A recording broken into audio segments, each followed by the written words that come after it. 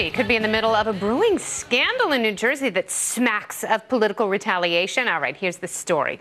A few months ago, 3 lanes on the busiest bridge in the world were shut down without warning during rush hour. No big deal, right? Chris Christie's office ordered the shutdown, paralyzing Fort Lee, New Jersey. That city's mayor had refused to endorse Christie. The speculation was Christie's office was punishing the mayor for not endorsing him. The scandal has been brewing and simmering since September, with Christie denying that he had any involvement or his office. He even joked about it. But emails and texts have surfaced that appear to tell a very different story. A Christie aide apparently says flat out the bridge was going to be closed for political reasons. Finally today, the governor made a statement strongly condemning the shutdown, and denying any involvement or knowledge, promising heads are going to roll. He says he was misled and unsanctioned conduct was made without him knowing. All right. Panel, do you believe him? No. Did the governor have no idea? No, come on. That was his "it depends on what the meaning of bridge is" speech. I mean, come on. Who believes that he didn't know? He's a bully. He's a micromanager. And the idea that his staff went off and did this on his own is completely not credible. And, look, it couldn't have happened to a nicer guy.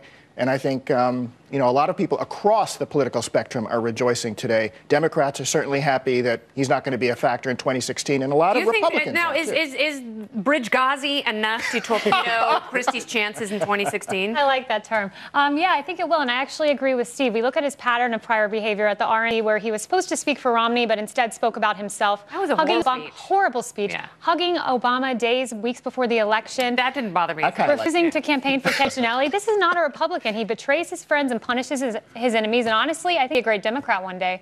A lot like. Well, no way. You guys can have him. And you know what? Here's the thing. Imagine this guy as president. These guys, his staff, they led state agencies. Imagine this was the Secretary of Defense, the Director of National Intelligence, and they used that power to punish his political enemies. Okay, now let me tell you this, because here's how I feel about the whole Chris Christie disaster, independence. I think either he knew about it, he's lying, which makes him a bad person, because if he gets in the Oval Office, he'll really abuse power.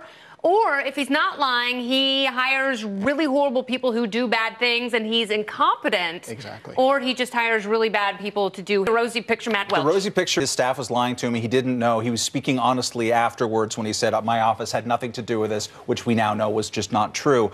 Even then, you had 3 lanes closed on the bridge, right? And the Fort Lee mayor wasn't told. When there was immediate pushback and blowback, the Fort Lee mayor was calling up the Port Authority, which is jointly run by New York and New Jersey, wasn't getting answers back. The governor of New Jersey, in that case, should be firing somebody already. You don't close 3 lanes. Or picking up the phone immediately and being like, holy underwear, I can't believe we've snarled traffic on the first day of school for 4 hours, and you've got kids sitting in buses on a bridge. Exactly. And also, I think some emergency medical EMT cars were snarled in that traffic. They call them ambulances sometimes. Whatever. Yeah, technical terms. I was initially prepared to ignore most of this story until today, what sort of emerged, this seemingly smoking gun. The thing about it, though, and it's interesting, again, the outrage here, we did see something like this happen with the IRS and the Obama administration. Interestingly, almost no one is talking about it anymore. And if there isn't a smoking gun that directly connects Mr. Christie to these things, I wonder if we're still talking about this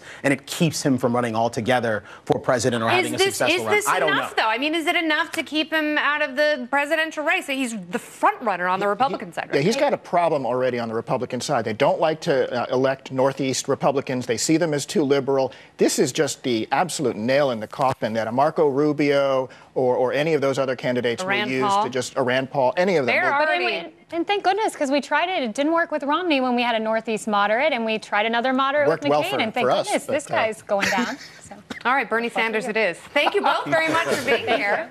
Delightful.